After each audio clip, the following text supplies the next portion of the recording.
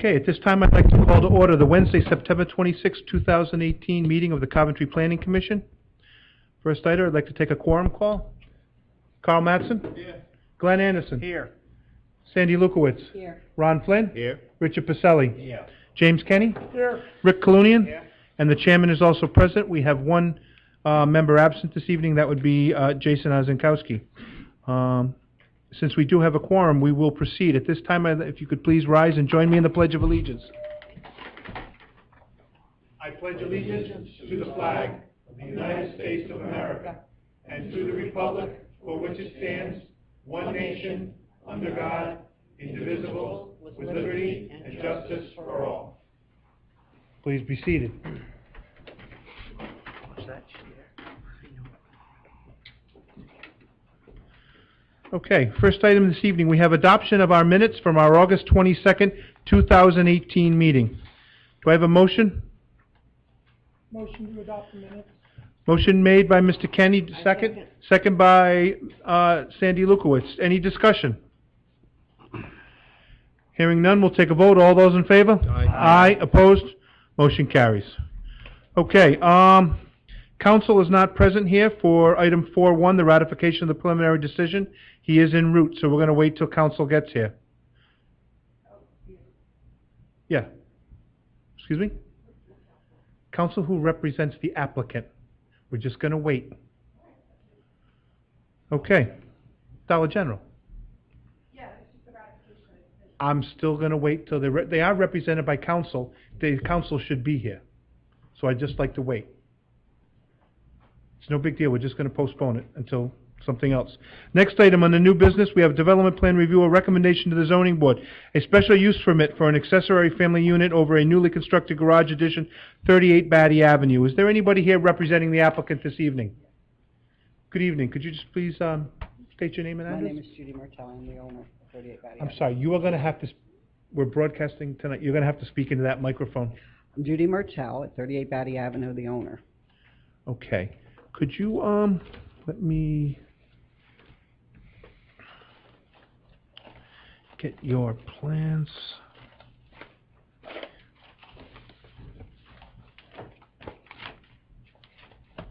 Okay, so could you basically tell us what you're looking to do? To build a two-car garage with an apartment over top of it. And you're going to, and we're giving you an advisory opinion to the zoning board. And you're going to the zoning board just for development plan review, or are there any variances you're requesting? Hi, I'm Carl Benavides. I'm the contractor for Judy Martell. We are not seeking any variances, just for review for you. Okay. And I also have pictures of the property I could pass out to you guys as well, if you'd like. Sure. Thank you.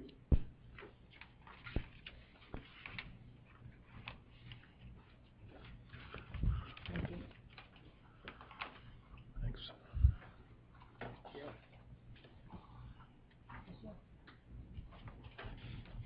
Thank you. Wow, it's a big yard.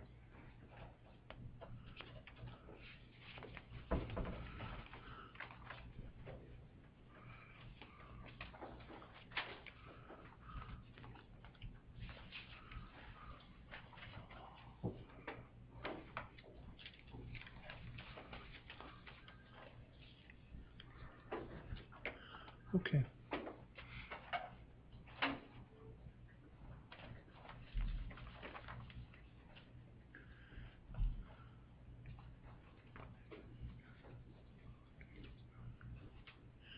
Okay, so in addition to the garage, there's going to be an in-law unit Yes. over the garage? Yes, sir. Okay. And the entrance into the in-law unit,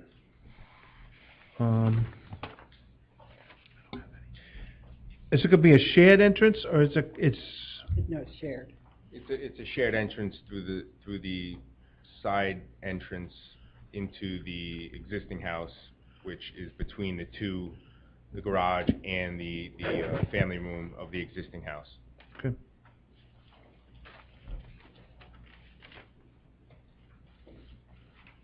And that's the only means of ingress egress into the apartment, right? That's correct. There's a set of stairs once you come in that entrance. Yep. That brings you up. All right. Does anybody have any questions? Mr. Clunian? Is the second means of ingress or egress required to be upon it? Just ask. I'm sorry, I should have put my mic on.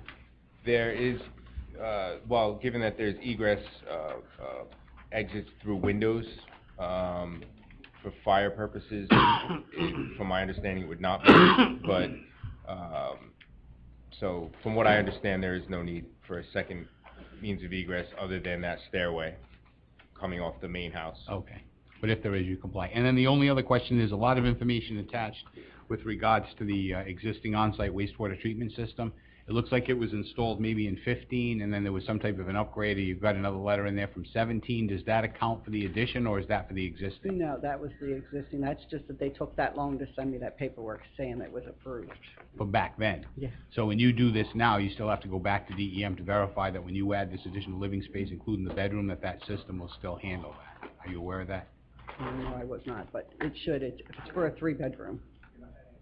Yeah, we're not adding a bedroom to the house because there's another bedroom that's being eliminated from the house. Okay, so in other words, the net gain is no bedrooms? Correct. Okay, fine, that's all, I just wanted to verify, I just wanted to make sure you were aware of that, because Yeah, we still would have approved it, or, I'm sorry, someone likely would have made a motion to approve it, but it just would have been subject to you obtaining that one detail, so if you're representing us, you're not adding any bedrooms, that won't be necessary. It's for my special needs daughter. She's gonna be living there. Okay, that's fine, thank you.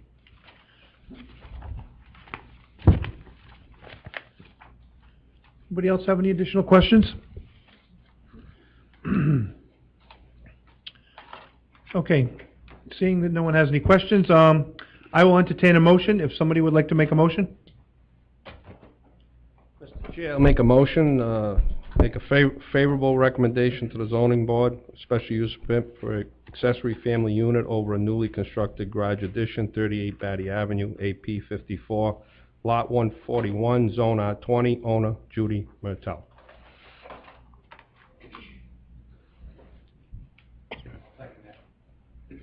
There's been a motion made by Mr. Flynn, second by Mr. Clunian. Any discussion? Hearing none, all those in favor? Aye. Aye. Good luck. Thank you very Thank much. you very much. You're welcome. Okay, we're gonna jump back now into the old business. We're gonna have a ratification of the preliminary decision for Dollar General, Assessor Plat 10, Lot 41. What was that? Yes, Wait a minute, you're on the wrong could you side here. introduce yourself, please, for the board? John Bernero. I used to come here a lot when it was at 7 o'clock, so. Old habits are hard to break. Sorry I'm late. I know my partner Tom Cronin's handled this, and everything's been recorded, so I don't know what I need to add, if anything. It's formality. Okay. All right, so would you like just have somebody make a motion to ratify? That would be appreciated. Yes, so could somebody make a motion to ratify the final decision for, no, it says preliminary on here. Right, it's not final, I have what's the final, so, Okay, this is the preliminary. yeah, so remember, you voted on it, we write the decision, then you ratify the decision. But hasn't final been recorded already? No. Yes, it has. Well, the final plans The have, final but plans not have the been final decision. Oh. Like I said, that's why I'm saying it's a formality. Well, we kind of put the cart before the horse then. Okay, However, could I have a motion to approve the preliminary, to ratify the preliminary decision? I'll make a motion that we ratify the preliminary plan decision for Dollar General, which the hearing was held on August 22nd, 2018, and the property was located at 2011 Nooseneck Hill Road. That's Assessors Plat 10, Lot 41. All right, there's been a motion made by Mr. Clooney, and do I have a second by Mr. Mattson? Any discussion? All those in favor? Aye. thank you. Thank you. Okay, we're gonna move down. Next item this evening.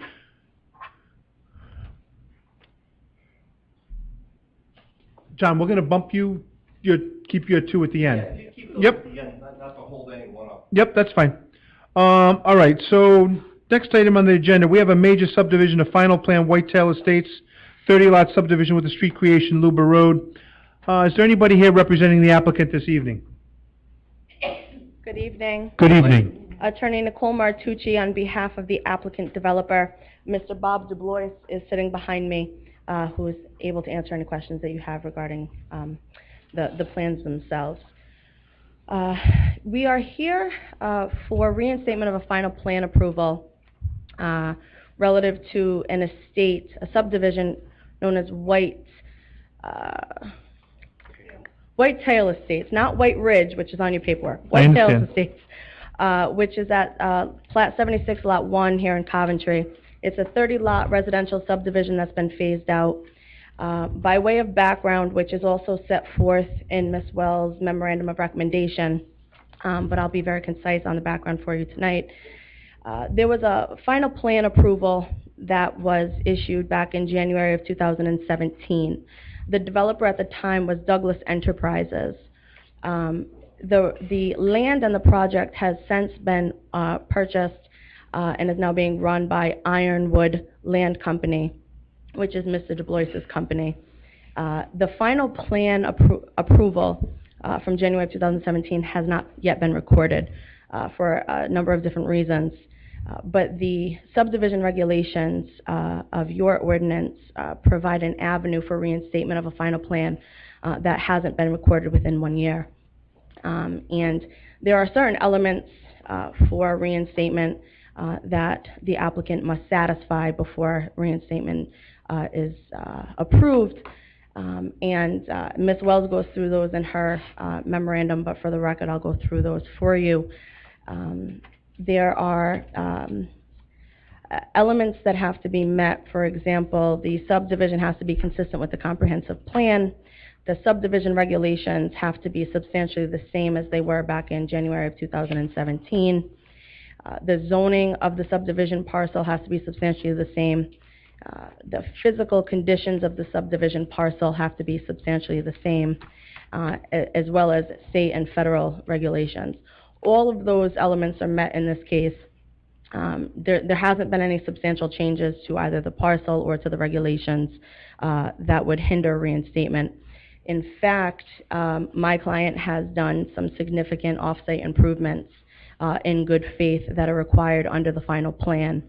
The subdivision itself will provide some substantial improvements to town roads, so it's beneficial to the town. We're simply here under Article 8, Section C of the subdivision regulations, seeking reinstatement of a final plan that's already been approved. There was some conversation initially when we had a staff meeting last week with Ms. Wells regarding modification to that plan, specifically a temporary cul-de-sac. We've since taken that off the table, so the plans are exactly the same. There hasn't been any changes to them. So. There is also an issue regarding posting a bond, and I don't want to get ahead of myself on that one, but Mr. DuBois is here. He's had conversations with the town engineer on that as well. So it seems like all the ducks are in a row, so to speak. I have a question. Mr. Flynn? I know in the consent agreement that, will you be phasing this? It is So, a phased project, yes. Will you be putting a gate on the Luba side? Once we get to the point where we can, we will be. Okay. Okay. I've been at the project many times. It's going well. Yes, it is. Good. I spoke to your son many times, and there was some complaints in the neighborhood, and he seemed to handle it. Yeah, there's a short section of road that's not complete. Once that's complete, we'll be putting a gate in. So most of your development will be from Ironwood? Yes, sir. Okay. Excellent. Does anybody else have any additional questions? Just one. Just not being familiar with this, and I have not visited the site, but is some of the work done? I'd say 80 to 90% stuff. And then what's the reason that the original plat was not recorded? There's a number of different reasons that it wasn't recorded. There are certain precursors, and I'll certainly defer to my client if he has anything more to add. But there are certain precursors that have to be met before a plan is recorded. One being the developer would have to post a bond. That bond has to be set by the town. A bond here was never set by the town, so we couldn't record without the bond being set, and the bond was never set. So there was a kind of a perfect storm of situations. The project was then sold to a subsequent developer. Well, that part I got, but when Du Bois acquired it some time ago, so I guess once that sale occurred, wasn't there a requirement for some diligence to then go forward, get the bond posted, and get it recorded? Well, the bond was never set by the town, so it's Mr. Mike, the please. town that. Mr. Mike, please. Yeah, the never seen. Mhm. That's the avenue I was going, unaware that it had to be recorded within a year. Okay, so you weren't aware that you needed to record it within the year? Well, I wasn't. That just came up maybe 2 months ago, through Caroline. So I've been going along for about 8 months, putting Okay. all the work in. Okay. Getting ready to record, but not aware that, not aware of the 1-year requirement, and not aware that that requirement had lapsed. Okay. The reason I asked the question, quite candidly, is because once the plan had been recorded, those individual lots would have then generated individual tax bills, as opposed to an undeveloped larger tract, and I just wanted to see if there was any financial implications that the town was facing as a result of the delay. No, I've got substantial financial implications in the ground over there. I know, I understand that, but I just, I just wondered, but it sounds like it was just an oversight, so, fine, thank you. Does anybody have any additional questions for Mr. Blois or his attorney? Mr. Chairman? Yeah. I was just gonna ask Mr. Joyal a question, if that's, Sure, go ahead, go ahead. and then you can... Sure, sure. Mr. Joyal, we received this, could you please come up to the microphone?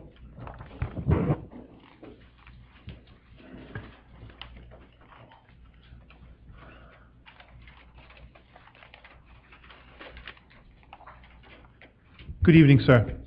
Good evening. I just wanted to make sure that this was the bond for Whitetail Estates, that's all. Only because there was a reference to White Ridge at the top and Forest Ridge at the bottom. So I just wanted to make sure we were looking at the correct, Giving them an option to change the oh, okay, all right, yeah, that's a good idea. Whitetail. All right, so this is the bond, and you approve this bond? Yes. Okay. Does anybody else have any questions for Mr. Joyal? Thank you, sir. Mr. D'Agostino. Thank you, Mr. Chairman. I just had a question for the applicant or the applicant's counsel. I know in the agreement there is a requirement to construct a temporary cul-de-sac at the southeasterly section of the development until such time as the road is opened as a through road, and I believe that is in reference to the new road, which would be Ironwood Drive. I could be corrected on that. But I'm just wondering, I recall the council said something about a temporary cul-de-sac, and I'm just wondering if I can just get a clarification. What is the status of that?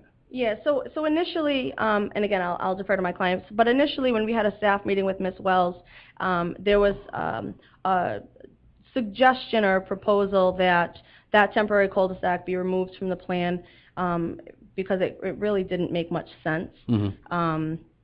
But Mr. Du Bois has since decided to take that proposal away and just go forward with the plan as presented. So, I don't mean to interrupt you. I was actually at that meeting, and that's why I just wanted to clarify, because we had offered Mr. Du Bois a number of other options at his, at his discretion, knowing that we would be coming back here. So I just want to confirm that the temporary cul-de-sac will be per. Otherwise, he'd have to go to town council to amend the agreement. Right, no, and that's why I just wanted to, I wanted the commission to understand that. And then, Mr. Flynn asked you about the crash gate, and that will be installed.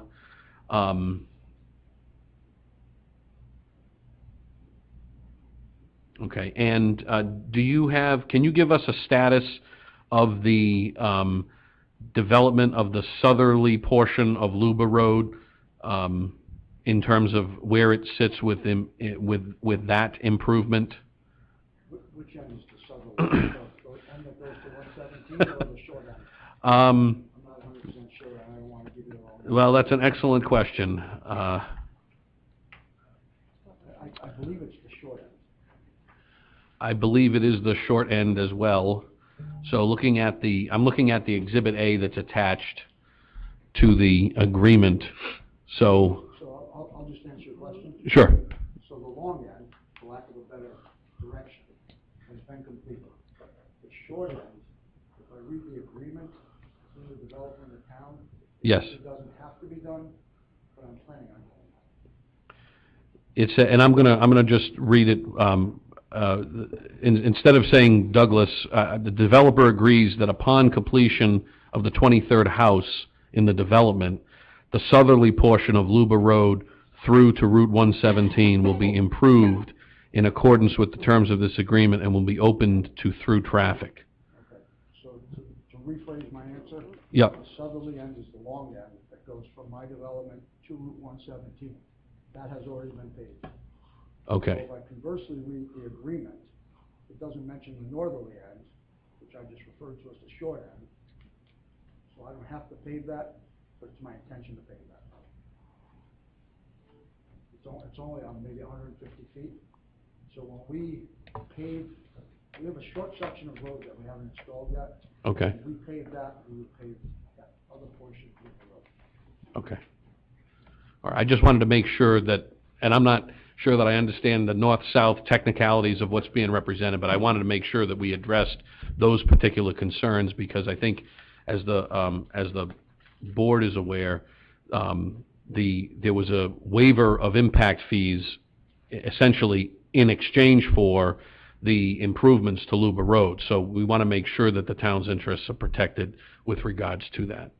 So, I have fulfilled my obligation under that agreement. The entire road from my plat to 117 has been improved. I think the town engineer can attest to that. And I just, before we proceeded, I just wanted to make sure, since we just received these bonds this evening, I wanted to make sure that you had also had a chance to, council had a chance to receive this, and you're all set with this? Yes, Okay, yep. all right. And I actually just confirmed with the town engineer, because Ms. Wells had handed him a copy as he walked up here, that his numbers and what was presented to my client late this afternoon were the same. Okay. And they appear to be. Okay, good, all right, We did just receive it late this afternoon though, so. okay. Mr. Chairman, if I may, just a question with regards to the bond, and this is, I'm probably asking Mr. Joyo for clarification, but I'm reading in the column where it says item descriptions. So if you read across, I think there's I don't think the rows are lined up correctly, and I just want to clarify here. It looks like the bituminous surface course type 1 at 500 tons for $40,000 is not complete.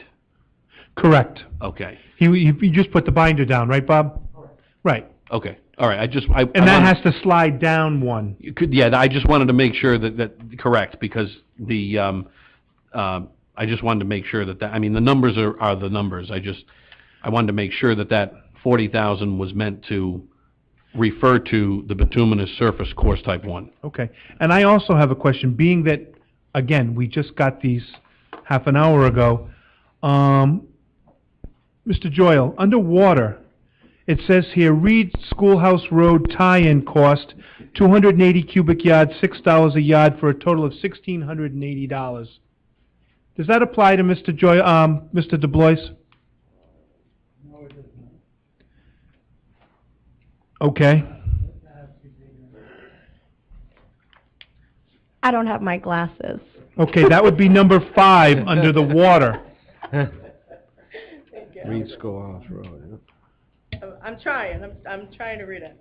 Mr. Chairman, if you look at all of that, it looks like all of these columns need to slide down one. They're not lined up. Oh, I'm sorry. You're right. I apologize. So the Reed Schoolhouse Road tie-in cost is actually a one each of $11,000. Correct. So it appears to me that this bond is $11,000 higher than it should be. Do you agree with that, Mr. DeBlois? I'm not sure I'm following, to be quite honest with you. Do you see where the water is? You got, under this item description, I do follow you now. You got the 8-inch, the 6-inch, the installation of the hydrant, the blow-off, then Reed Schoolhouse Road tie-in costs. I see what you're saying. There's a one each for 11 grand. And according to Mr. Joyle, that does not apply to you. Okay. Thank you for the. So basically this bond is $11,000 less, Bob? Yes. There's a copy of the spreadsheet from another side. Okay. Well, that's fine, but I just wanted to make sure Mr. DeBlois had the correct numbers and we got this squared away. So. A lower bond is acceptable. What's the total bond? Okay. Mr. Chairman, when you have a minute, I have one other question for the applicant Okay. when we're done with the bond. So, if I understand, is the purpose of this to set the bond for the balance of the work that needs to be completed tonight? Yes. My mic, okay. So, if I understand. And to reinstate the final plan. And to reinstate the final plan. Correct. But as far as this worksheet goes, and just for clarification, because I think it might save a little bit of time, irrespective of the total cost, because most of the work's been done, the number that we're kind of focusing on here is the total bond amount that cannot go below 20% to be held for 1 year. Is that correct? Because it looks like you've got $105,000 as the total amount to be completed, which now is actually closer to $94,000. But now we just have to calculate what's 20% of $801,287.50, and that's the amount that you need to worry about tonight. 20% of the 917. Right. 20%, well, it won't be 917 anymore, it's gonna be $11,000 less. Okay, so if somebody just tells us what 20% of that number, 906,000 is, whatever, that's gonna be the amount that we need to vote on tonight. So if we take out the 11,000, that drops us down to $906,447.50. Now I take 20% of that number. That is $181,289.50. I have $181,289.50. Okay. We lost the math. Okay. One more time, please. Okay, $181,289.50. That is 20% of the $917,447.50 minus the 11 grand. in other words, the total value of the work went down to $906,447.50. Right. Now, the minimum bond that we have to retain a minimum of 20% for a year, not the 96,000, so that sets it at 181,289. And then I would just only ask for the record that Mr. Doyle just go through this, and if you could just correct this after the meeting and then just somehow get it to where it Does he needs to go. concur? Yes. Okay. We're good. All right. Math isn't my strong suit. All right. Mr. Chairman, just for the record, and again, really more because where I believe the applicant has indicated that 80 to 90% of the work is actually done, and we're reducing the bond, I'm sorry, we're calculating these things accordingly. I just would like to understand where we are with the approvals. I don't know if it's something that Mr. Joyle can answer. I'm trying to understand with regards to Luba Road, again, that's kind of one of the focal points of the town's interest anyway in the agreement. I'd like to understand where we are with that. I think the only one that could answer that would be Mr. Joyle. Okay. Just for the record, Bob?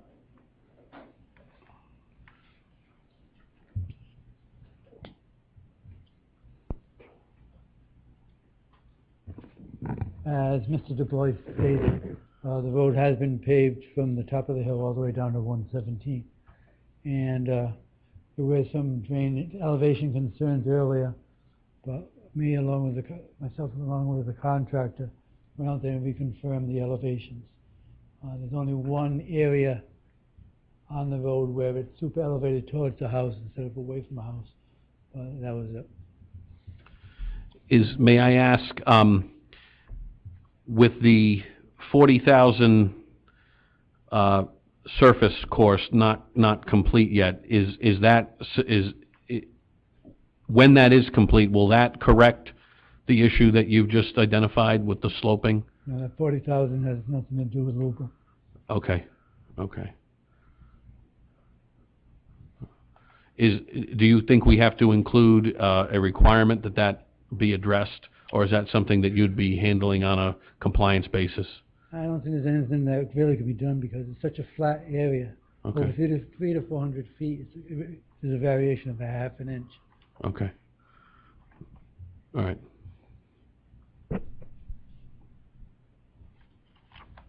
I just wanted to get the status of where things were. For the record. So to sum it up, Luba Road, basically the portion that he's improved for the town, has been accepted by the town as complete. It has not been accepted yet. When is that going to occur? Whenever the Public Works Director decides it'll be accepted. I mean, there's nothing holding it back from being accepted. I'm sorry. What is this? What was the end of that? He said there's nothing holding it back from being accepted. Okay. So I'm just wondering if there's anything we have to do. I've got the same concern that now the attorney has. I'm not an engineer. I heard Mr. Joyle talk about the road is pitched to the houses. I don't know if that's an issue. One house. One house. I'm sorry. Okay. No, we'll leave it at that. Like I said, the only thing we can do is, we're talking about putting a dry well there. Okay. Okay. All right. Mr. Chair, I just have one more question for Mr. DeBlois. Is everybody done with Mr. Joyle? Yes. Thanks, Bob. Thanks, Bob. The existing house in the back, will they be getting to that through the cul-de-sac or the road that's there, the driveway that's there now? That was why I originally didn't think the cul-de-sac was necessary, because we have to put that short section of Ironwood Drive in now in order to get him out. Because the way he was going out, we've got a detention pond that's going in the middle of his driveway. So he's currently going out on the dirt portion of the road that we haven't improved yet. We're gonna reconfigure his driveway, I've got an agreement with him to do that. Okay. He is gonna be using the portion that we haven't improved yet, at least not fully improved, of Ironwood to access Luba. So that's the gravel part, that where Luba ends, so he'll still be coming out the... Maybe 200 feet or so. Okay, so the crash gate will be... It'll be just before his driveway, on the non-Luba side of his driveway. Okay, thank you. Does anybody else have any additional questions for Mr. DeBlois or his attorney, or Mr. Joyle, or Mr. D'Agostino? Hearing none, I will entertain a motion. The motion is going to be, Dave, the motion is going to be one motion, it'll be to reinstate Correct. the final approval and set the bond? Correct. And we can do that under one motion? You can do it under one motion. Okay. If anybody would like to make a motion?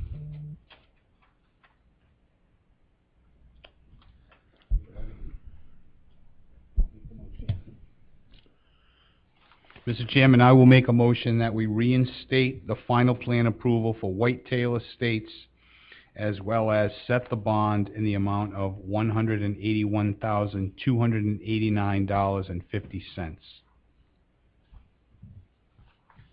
It's been a motion made. Do I have a second to that motion? Second. Seconded by Ms. Lukowitz. Any more discussions? Hearing none, all those in favor? Aye. Motion carries. Good luck. Thank you. Yep.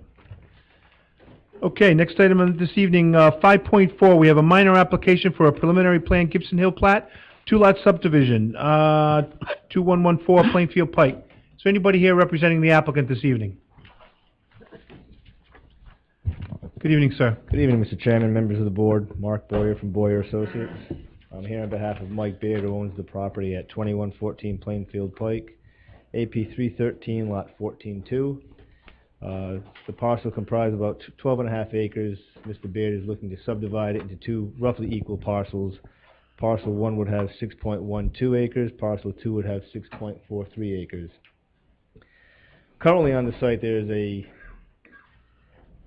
long structure that has a garage and a 3-bedroom residence in it. There are other associated buildings on the property for animals, and then there is a barn in the back of the property that will be on what was proposed parcel 1.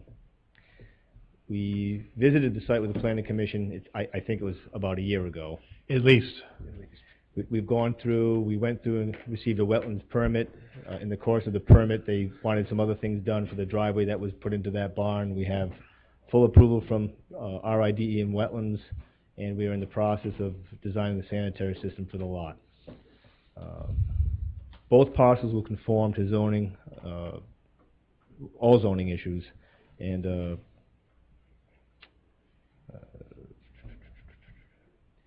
actually, I think that's it. We're looking for preliminary approval and final administratively if we could. All right. Does anybody have any questions, Mr. Boyer?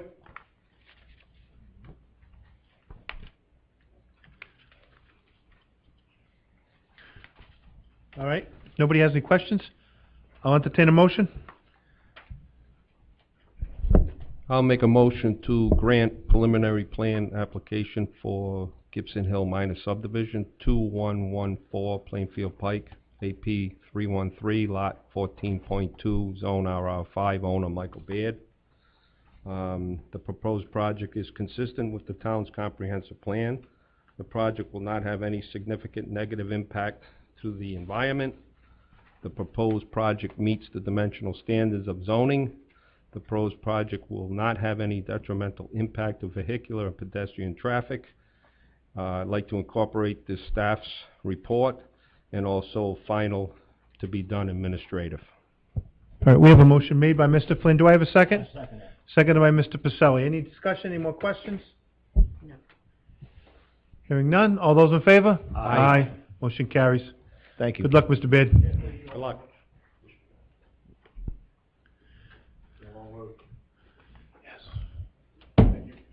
No problem. Good luck. Can you get counsel?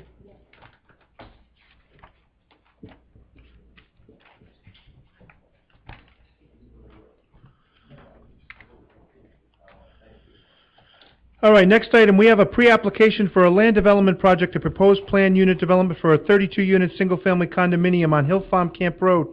Is there anybody here representing the applicant this evening? Yes, John Bernero for the owners and the applicants. I have with me Marion and Jim Hill, whose family, I think, was here before the Mayflower. The Hill family, well, when you hear some of the history of this,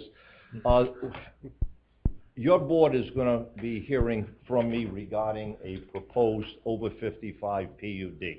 But in conjunction with the Hill family, you're probably all aware of the so-called Hill campgrounds. There are 75 homes that sit on the waterfront of Johnson's Pond. That started out back in the 30s and 40s after they stopped farming the land from the 1850s. And it was summer camps, tents, and now it's evolved over the years into really substantial homes. They're all on leased land. We have different leases with different people, and the next generation of the Hill family is not interested in continuing on. And Jim and Marion contacted me and asked me, you know, what my thoughts were on this, and I didn't have to go too far other than to look at the Flat River Condominium, Raymond Point. You're probably all aware of that. That's where the chairman of your zoning board, Bobby Crow, put a deal together about 16, 17 years ago. At that time, I was representing two developers who were going to buy it from the Raymonds and throw everyone out. And Bobby called me to represent them. They were trying to get a group together and buy it. So I told Bobby that I was conflicted and obviously didn't do any work on it. But they did a great job of getting money together to buy this at a whole. Then they did a land condominium, and they sold the land condominium units to the people, and now, they can secure mortgages, transfer the property. Coventry taxes them the way it should be. What we're doing different than Raymond Point is we're not offering it to any developers. We are having all the property surveyed. There are pretty good surveys that Jim has done over the years. I think he was a part-time surveyor, and we had to pre-overlay all the units, so we're going to be meeting actually Monday night. And the only reason I'm bringing this up, 75 people, you people must know someone they're going to ask you, and without me telling you what's going on, you can understand where we're coming from. We obviously have to honor all the leases until their last day. We're not going to renew any leases, but we're also going to have each lot appraised. Some lots are much more valuable than others. The ones that have the better view or on the main part of the pond naturally going to have a little more value to them. So we're going to be working with these people. We got a meeting at Club Jokes Monday night, and we're going to try to explain to the people where we're going. This is not going to happen until after the first of the year and toward the spring. But that's phase one, which is not before the Planning Commission, but I think I had a duty to tell you people, because you live in town, someone's going to ask you what's going on. The second phase of this board, and I was representing the Hills at that time, probably back in 2006, we had looked at a pre-application only. I know, I'm not even sure if any of you were on the board. I know Cindy Fagan was. We did the site walk, walked up the hill, and I think Ron may have been there. And again, the economy tanked, and we let everything sit for a long period of time. Again, meeting with the Hills, Marion and Jim had a concern about just putting in residential single-family homes on this site, which sits off Hill Farm Road. And basically, her words to me were, I don't want to have the children running down in the fields and disturbing all the people who are going to be in the camps. And she said, can we do something over 55? I said, yes, absolutely. I said, in fact, I've been involved in a couple of projects for John Assalone. The first one we did was leisure condos down on Nooseneck Hill Road. And the one that this board was all familiar with, and the town council approved it, is River's Edge. John went in and put up, is putting up 19 duplexes, and he is selling them as fast as he can put them up.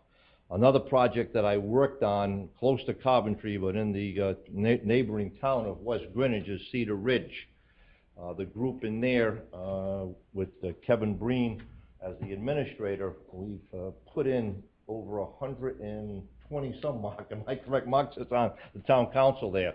And in fact, we got a call from the town that there's another piece of land that they want more. The positive cash flow there to the town is probably in the vicinity of $800,000 to $900,000 a year. No schools, no schools, no schools. We paved the road, we plowed the road, we maintained the road, we pick up the garbage. The only thing that these ask for, if there's an emergency, the rescue, and obviously we're paying fire district taxes. I don't know if you have my project narrative before you, but I've taken the liberty to just throw out some numbers that if we had 16 single-family homes with 2 children, I think the cost is about $15,000 per year. I might be even a little low on that. That would come up to like almost $500,000, $480 a year.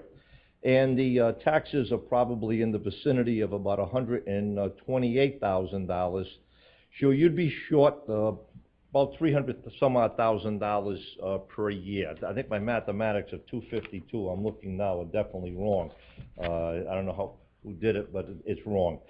And again, when you look at the condos, if we did the PUD at $8,000 a year, you'd have a positive cash flow in $250,000. So you got more than $500,000 swing.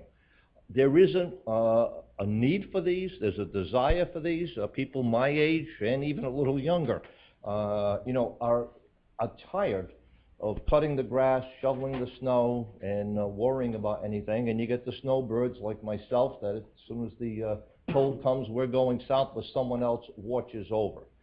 The concept that we came up with here while working with the pre, basically is single units. I'm a fan of the single units. The one that Mike Kent did on Cedar Ridge in West Greenwich had 3 phases. They had some triplexes, some duplexes, and a lot of singles. No one wanted the duplexes. They wanted the singles. We went back, we reconfigured everything. We had a meeting with your planning department, and I invited the chair to come in. And this area is zoned R2. And again, I think when the zoning R2 came into being on Hill Farm Road, was before there was water on Hill Farm Road.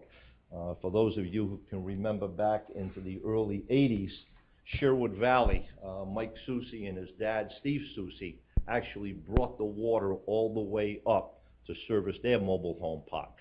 And then it got continued on, and in fact, one of the things that we have to do is bring the line up probably about 1,000 feet, Joe? 3,800. Okay. And again, we'll extend that line at our sole cost. We've contacted Kent County Water. There is water availability there. Naturally, with Kent County, you don't get a letter until the end of the rainbow, but the preliminary report to us is that we will have water. So all the units are going to be served by public water. There was a request that we look at the size of the units. Most of them were 20,000, some of them were smaller, and I was asked that if we could consider going to a minimum of 20 on each unit, and that is no problem whatsoever.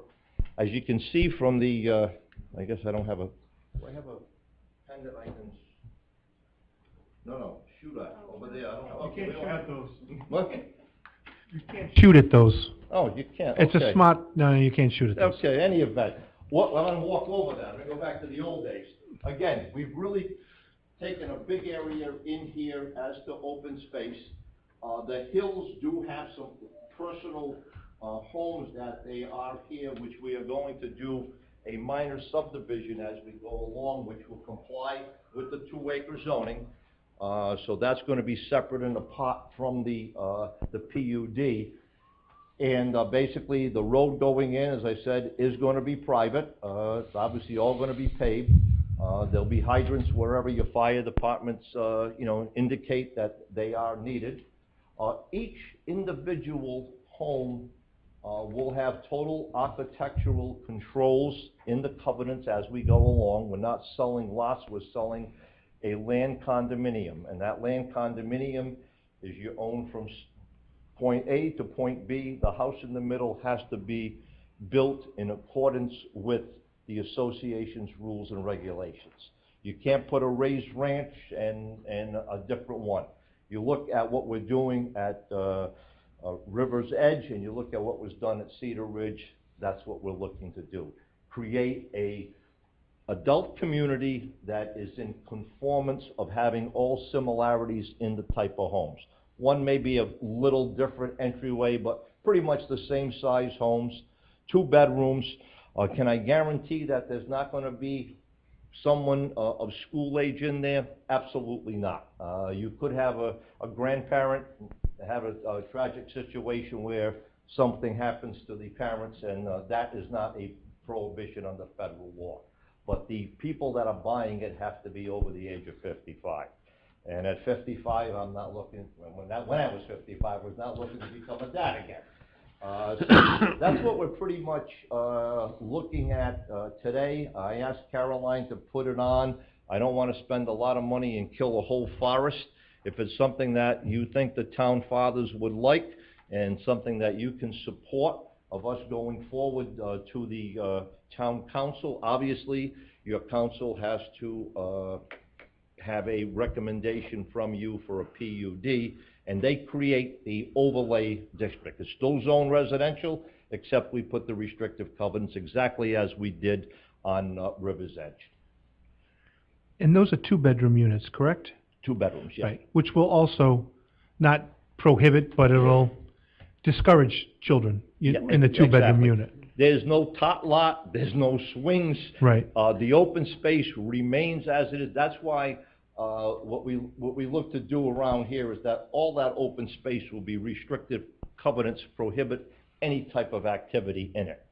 And that's the nature of our proposal. And as I said, there's a few around, they seem to work, people love them, and again, if it's something that this commission would like to see us go on, I know the Hills, you know, are looking to do the best for the town, and as I said, they're looking to do the best for their tenants that are there, so it's not a developer in here, it's concerned homeowners trying to get the next, if they had the next generation, you wouldn't see me here, but the time has come.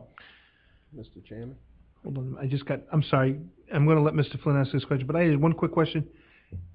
I must have missed this. Private roads or not? Private, oh, no, everything's private. Private roads? Yes, in other words, the town, as I said, the only time the town will be called to do anything is for fire or Okay. rescue. All right. Mr. Flynn? I actually like the concept of the single family, kind of like Hopkins Hill Road, the one off Well, Hopkins Hill again, Road. another one, I won't mention his name, Cameo. Right. You know, the Highlands was a great project. You had a developer in fought with the town tooth and nail for too long, but he did a nice job in there. And, you know, I got some friends of mine now that are actually buying one in there. They love it. Yeah. We actually have one coming in front of, well, not completed yet, on Crompton Road. Okay. That are single family units. Yeah. And I actually like that concept, being over 55 myself. It's the next transition. Yeah. And even though the Highlands, you brought it up, that's not age restricted. No. But there, I don't think there's any children in there. No. You know, If there is, there's no more than a handful. The nature of the beast in there is when you're young and you have children, you want to be in a neighborhood that has a basketball court, some baseball, soccer field, and other children. Sure. There, again, it gets age restricted by the design, okay? But this one definitely will be totally age restricted. Does anybody have any questions for Mr. Bernero? It's a pre-application, you're just trying to warm fuzzy feeling as... You know, that's all, you know, again, to me, I don't want to come in and not have, you know, some idea that you people like to see it.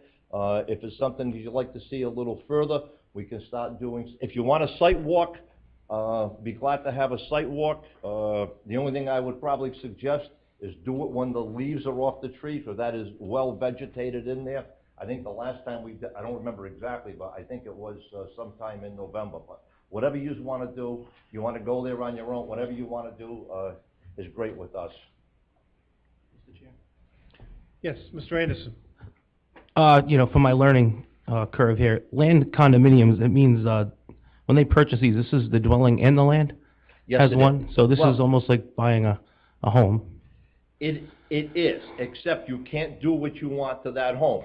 Correct, but you're just getting taxed on the dwelling and the land. Yes. And it's gonna be income, see, I get it, just a little torn with the comprehensive plan. It's, Okay. you know, following it, Mhm. you know, where intensive development shouldn't occur. However, you know, this is one of those things where, you know, it shows the demographic and the need. Yeah. It's not like the town's not getting anything out of this as opposed to destroying land and throwing up something else that will only bring in menial dollars in the long run. I just wanted to clarify that, you know, that is the case. This is dwelling and land and be taxed accordingly. Yes. All right, hey, thank you. Does anybody else have any additional questions? Well, actually, I'm confused now, because my understanding was that we weren't subdividing land. It's a condominium. Well, again, it's going to be one piece of land, but I have, again, the limited common area versus a common area, okay? The limited common area is my little box right here. If this is mine, I have limited, that's my limited common area. Okay. This is common area that everyone can go on, but A can't come and have a picnic in my limited common area. It's still one piece of land. They're not subdividing it, but the legalities of the limited common area versus the common area. So, but it's not a true sense of ownership of the land, it's just your ability to use the land. Right. Okay. Okay. Again, there's a lot of confusion on how the assessor even assesses them, okay? If you look at Raymond's Point, Flat River Condo, they call it, I call it Raymond's Point. If you look at the assessors on that, which I just had a case that I was involved with, they take the value of the house and the value of the limited common area and give you one number. I talked to the assessor on it, the new assessor in here. He says, why we do this, I don't know, but it comes to the same number. So it isn't like you're leaving any money on the table. Okay.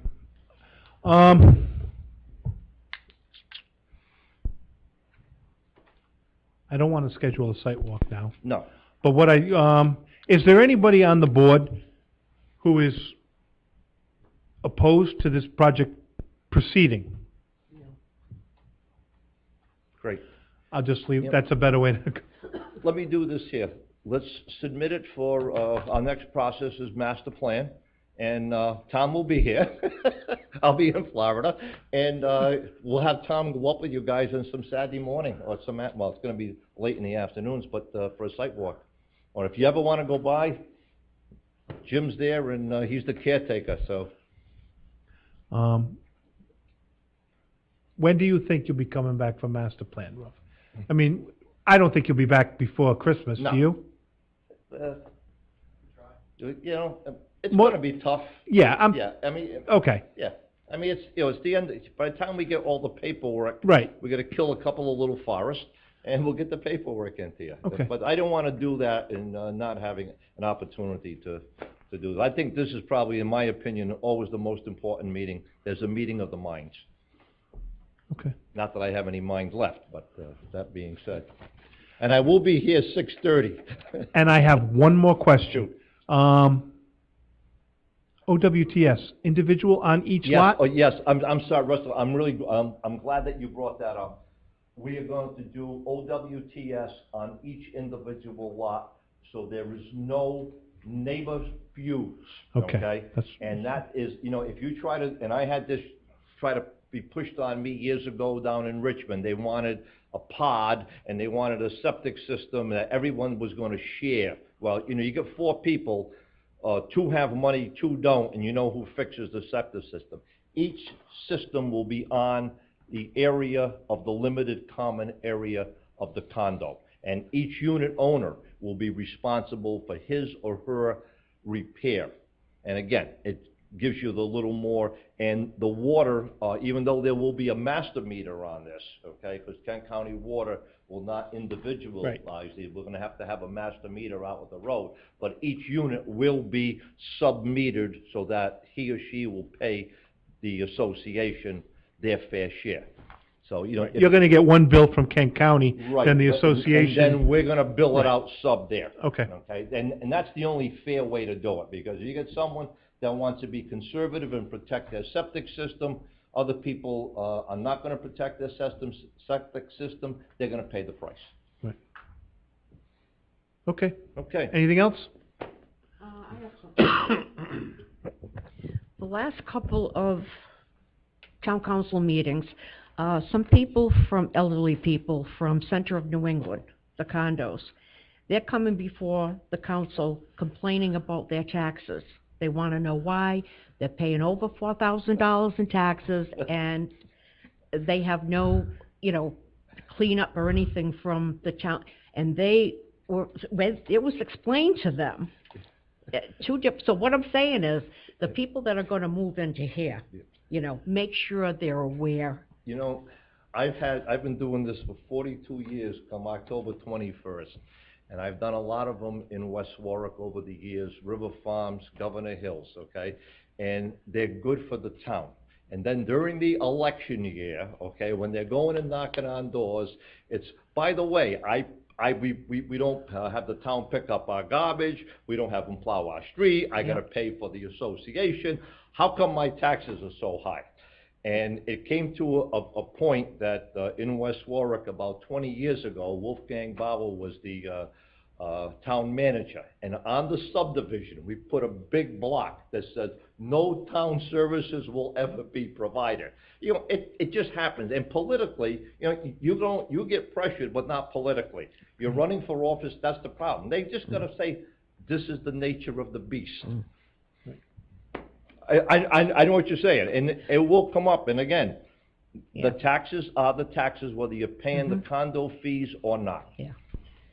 Okay, thank you. You're welcome. Thanks, John. Thank you, Mr. Bernero. Thank you, I appreciate your time, Caroline, thank you. Okay. I'm going to be recusing myself on this next one, which is 5.5. Mr. Clunian, you'll be handling this one? Thank you. Thank you.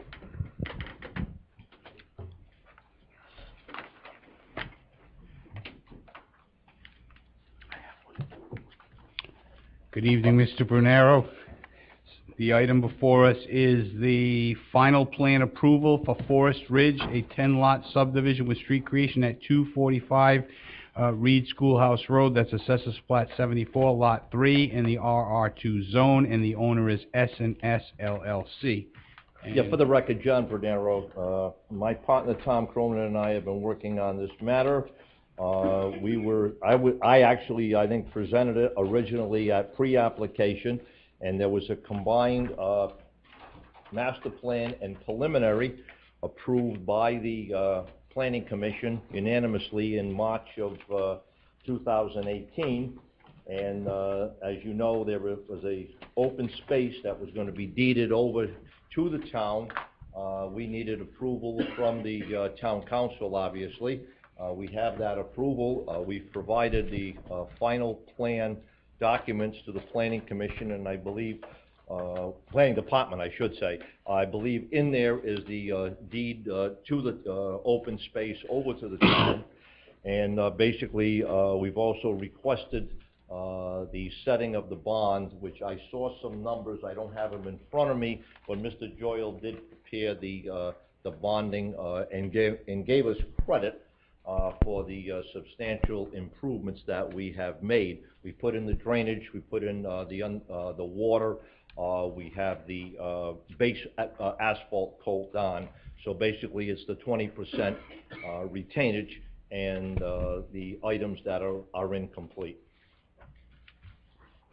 I don't know if you have a copy of the... No, I was going to say, we don't No. have anything in front of us related to the bond. I'm sorry. I know, Bob, you emailed the bond over to us. Okay. Were you planning on... Yes, we were looking to record and post the bond based upon the numbers.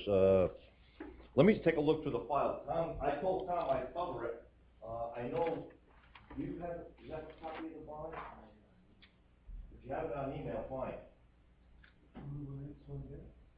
Well, if you don't mind waiting a few No, minutes on it. I have a sneaky suspicion Bob definitely did it. Yeah, no, I saw the Because bond. Bob, where's the store? It's on your desk, not on your desktop. You know, it's $11,000 for connection on East Schoolhouse Road. I think there was actually some confusion. The original bond came over for Whitetail to our office, and then we straightened that out. I did see it yesterday, and unfortunately, I missed my partner, Tom Cronin. I told him I'd help him out, but I was going through the file. It is that small, but I was able to read it by going like this. I think my client may have it Well, on his you phone. know what we can do too is while they're looking for that, is there any questions or any other? One other thing. My client went in and received a foundation permit to put in a foundation. Proceeded to go with construction. That lot, the way that house, the way the lot is right now with no road recorded, is in violation of sidelines and setbacks. The town, rightfully so, issued a cease and desist order. We have stopped. Once the subdivision is approved, it will be in conformity. So is there a violation? Absolutely, but that will self-destruct and go away upon the recording. Should have probably picked lot number 2, which would have been okay, but the Planning and Building Department issued a notice of cease and desist, which we are adhering to. So the plan is tonight is to obtain the final plan approval. Final plan approval. It will then, the bond will be posted once Posted, it's and we're set, gonna and you'll record- record it right. within a very short period of time. You got it. Okay. Does anyone have any questions while we're waiting for the bond numbers relative to this subdivision? Yes, Mr. D'Agostino. Mr. Chairman, this might be a question more appropriate for Director Wells, but just in light of the fact, in light of what the applicant just acknowledged regarding that eager construction, let's say, if the Planning Commission approves this tonight, will that waive the, or render the cease and desist moot, or what's the position on that? Well, yeah, I mean, once we have a recorded decision and recorded final plan set, then they're good to go.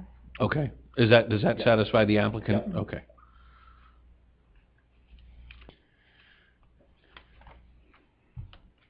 And when the final plan gets recorded, that's when the deed to the town gets recorded? I know this is the last item on your agenda, and I know we've done this before. Whatever the bond is by Mr. Joyle, any problems setting that administratively? No, I don't think so. Okay. And again, we're just talking about the 20% retainage for the year, because you understand, at least from Mr. Joyle, that more than 80% of the work has been complete, so Yes. we're only holding back the Yes. 20% one-year retainage, Yes. just like the previous one. He's got all the figures, it's not as long as I saw the one that Bobby Yeah. DeBlois said, it's not as long as that, but it is Right. the long laundry list of every item on there. Okay. And what was the outcome? A large parcel got transferred to the town. And Will again, be transferred. will be to the- transferred Right. upon recording of the Right, final. exactly. Same When- time, Yep. simultaneously. Yep. And then, like, this shows some little green space up in there. Is there any other improvements that were being constructed? I mean, just so that we know what the status was. I know at one No. time there was this, nothing. It's No. just left. Yep. There's No. no access roads being constructed beyond the No. paved surface No. That's up to the open space? That's the drainage right there. Okay. And what about this little, There was nothing proposed on the construction of that. so that To the was... best of my knowledge, okay? Yeah, that's why I just thought, because my recollection was they were leaving an access point Right. to the area that was going to be owned by the town, Okay. and I thought there was some discussion about a gravel road going in, or a walkway, or Okay. something, but I'm just, you could just ask them, I'm not, are you, Again, I know, when I did the pre-application, but I'm at a loss. Let me just talk to them for 1 second, if you could.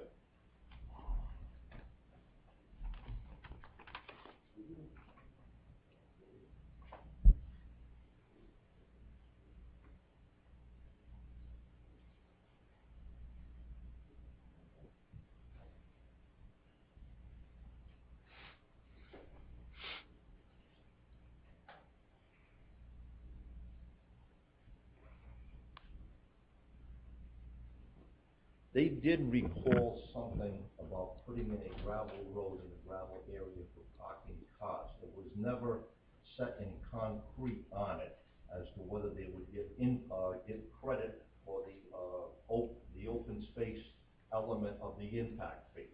It was never addressed, okay? And what I'd like to do is proceed to have the plan recorded, and I can sit down with Caroline, and I don't, again, I'm not prepared to address it. I have a transcript which I'm really not familiar with. that's fine. enough.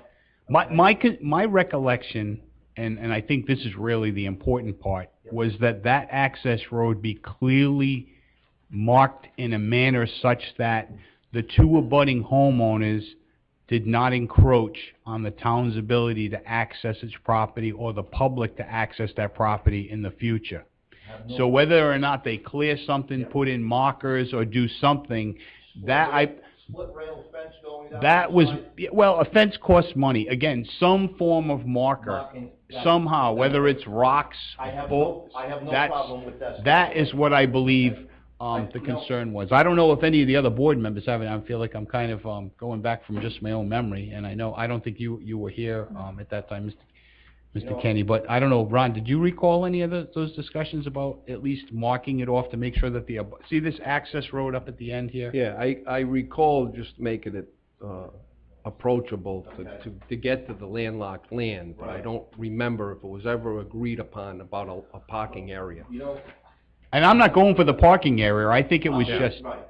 I'm looking at a inexpensive way of defining the property. Put some split rail, cedar fencing going in, so A doesn't encroach, and the town knows where it is. yeah, and again, fences need to be maintained.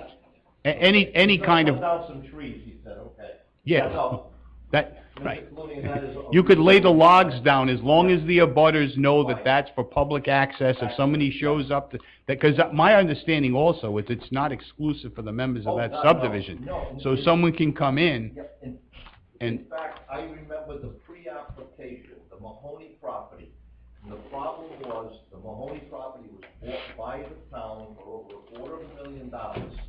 And as they say in Maine, you can't get there from here. Yeah. There was a wetlands in between the access area that was reserved.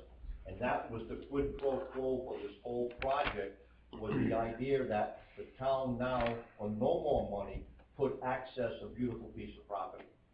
But we have no problem putting in the, some man, yeah, I just want it to be passable by That's the, fine. on foot at least. yes. Okay, so I guess we're not gonna get the bond amount, or we have the bond amount? Okay.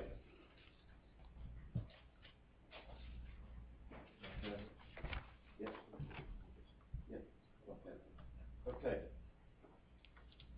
You wanna just ask I Mr.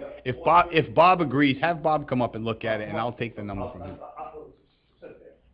We can do it administrative too, if they want.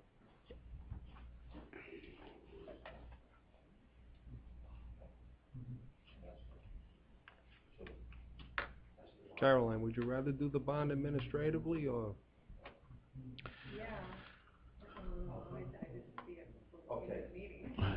20% of 437, 794.80. 437. What was that again, John? 437, 794.80.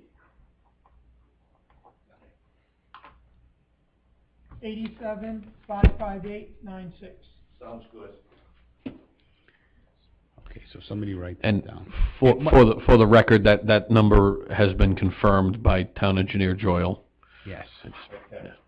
And hopefully, I mean, we've worked together long enough that if it turns out tomorrow and Mr. Joyle prints it out, if it's off, it'll be subject to his final review. Okay? Biggest don't lie. We okay. will, again, this final review, no problem with that. It could be either way, but you have the number, administrative or, the question was, should it be administrative or should we put the number? I think It's you totally have the up, we number. have the number, so. I put if you the wanna number do it- down and then subject to administrative confirmation. So at this time, I believe we have some type of report. I will entertain a motion, if someone so chooses, to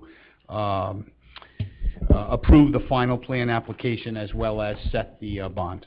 I'll make a motion to approve final plan application for Forest Ridge Cluster Subdivision 245 Reed Schoolhouse Road, AP 74, Lot 3, Zone RR2, owner S&S LLC. This is consistent with the comp plan. There's no significant negative environmental impacts. It meets all zoning standards, and there is no negative traffic impacts. I'd like to also incorporate the legal report, as the cease and desist will be lifted upon final recording. Stipulations clearly identify the access to the open space and set the bond at $87,558.96. We have a second? Second. Any discussion? Yeah, I have a question about. Yes, something. sure. Can I ask now? Yes, you can. I don't know if this goes to Caroline or John or both, but on the introductory paper, where it says, street trees, you've got red maples, paperback maple, and ivory silk trees. But on the map, on C5, I happened to catch it, there are different trees.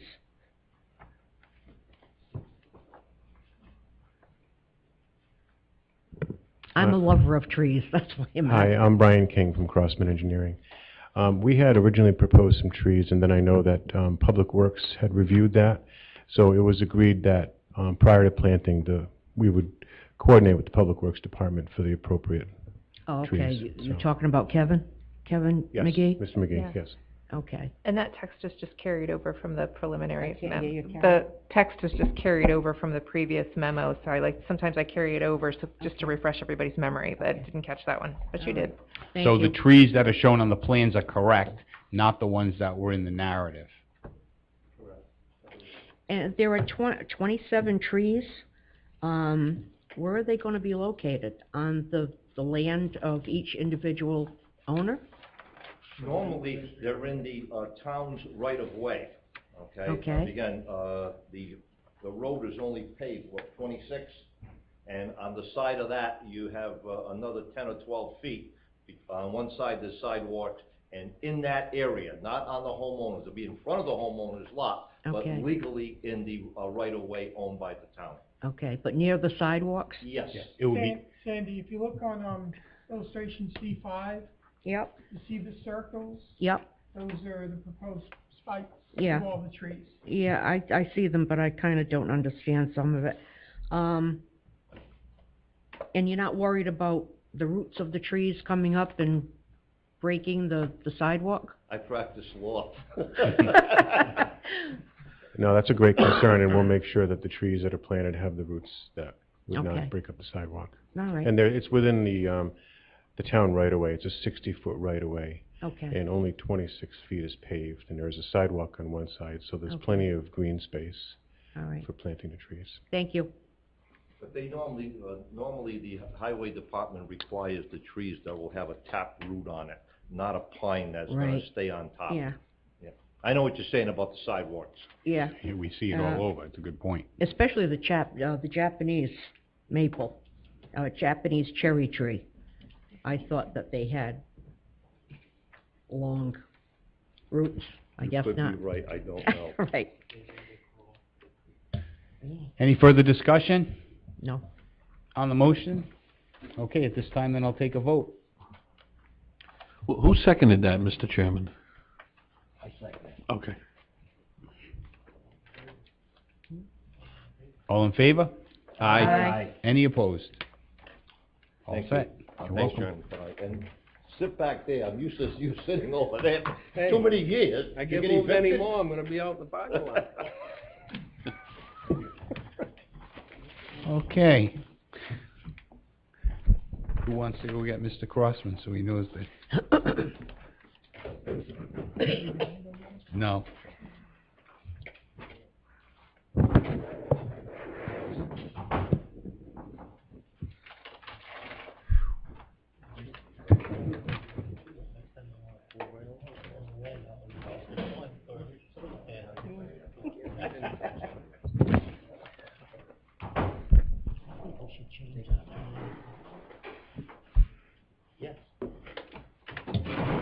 We're up to item 6.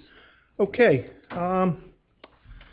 item 6, we have proposed meeting dates. Our meeting schedules have been set for 2019.